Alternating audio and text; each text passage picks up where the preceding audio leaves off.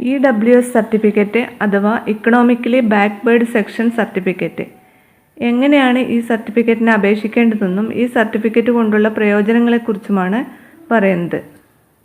EWS certificate ലഭിക്കാൻ അപേക്ഷയോടൊപ്പം എന്തൊക്കെ രേഖകൾ നൽകണമെന്നും ഇതിൽ വിശദീകരിക്കുന്നുണ്ട്. +1 EWS സർട്ടിഫിക്കറ്റുള്ള വിദ്യാർത്ഥികൾക്ക് 10% സീറ്റ് സംവരണം ചെയ്തിട്ടുണ്ട്. ഇനി EWS സർട്ടിഫിക്കറ്റ് ആർക്കൊക്കെ ലഭിക്കും എന്ന് നോക്കാം. സാമ്പത്തികമായി പിന്നോക്കം നിൽക്കുന്ന ജനറൽ വിഭാഗത്തിൽപ്പെടുന്ന വിദ്യാർത്ഥികൾക്ക് അപേക്ഷിക്കാം.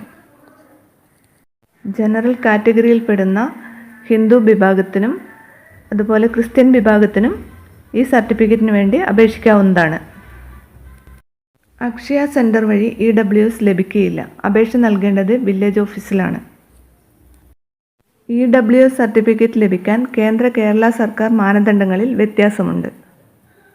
കേന്ദ്ര സർക്കാരുമായി ബന്ധപ്പെട്ട ആവശ്യങ്ങൾക്ക് വരുമാന പരിധി 8 ലക്ഷമാണ്. കേരള സർക്കാരുമായി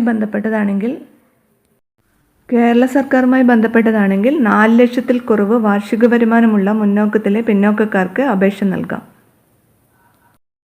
കേന്ദ്ര സർക്കാരുമായി ബന്ധപ്പെട്ടതിന് 8 ലക്ഷം രൂപയാണ് വരുമാന പരിധി. കേന്ദ്ര സർക്കാരുമായി ബന്ധപ്പെട്ട കാര്യങ്ങൾക്ക് വില്ലേജ് ഓഫീസിലാണ് അപേക്ഷ നൽകുന്നതെങ്കിലും താലൂക്ക് ഓഫീസിൽ നിന്നാണ് EWS സർട്ടിഫിക്കറ്റ് ലഭിക്കുക. EWS സർട്ടിഫിക്കറ്റ് ലഭിക്കുന്ന വിദ്യാർത്ഥിക്ക് ഏത് ഗ്രൂപ്പിലാണോ താല്പര്യം ആ ഗ്രൂപ്പിൽ തന്നെ ഫസ്റ്റ് ഓപ്ഷൻ കൊടുക്കുന്ന സ്കൂളിൽ തന്നെ അഡ്മിഷൻ ലഭിക്കുന്നതാണ്. EWSന് പ്രത്യേക അപേക്ഷാ ഫോമുണ്ട്. അക്ഷയയിൽ നിന്ന് അപേക്ഷാ ഫോം ലഭിക്കും. അതിനോടൊപ്പം ഈ പറയുന്ന രേഖകൾ കൂടി കൊടുക്കേണ്ടതുണ്ട്.